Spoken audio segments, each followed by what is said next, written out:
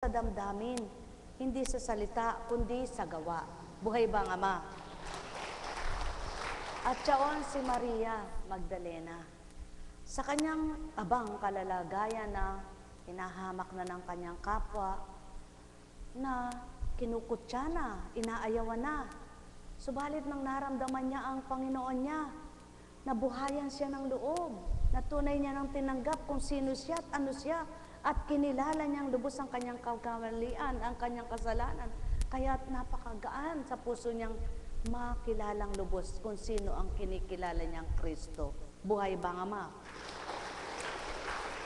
At yaunawa ang madama ng lahat, yaunawa ang maganap sa lahat, na ang tunay na pagtanggap ay manuot sa kalamnan, hindi lamang sa muso, sa bibig, sa salita, kundi sa gawa. Buhay ba ang Ama?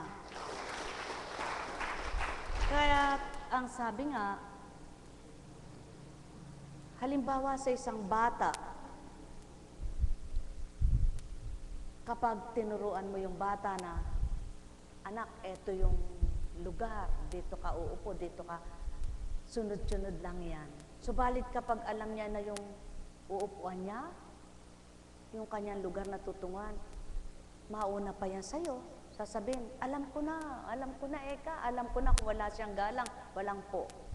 Ganon din yung tao, na kapag alam niya na, mahirap siyang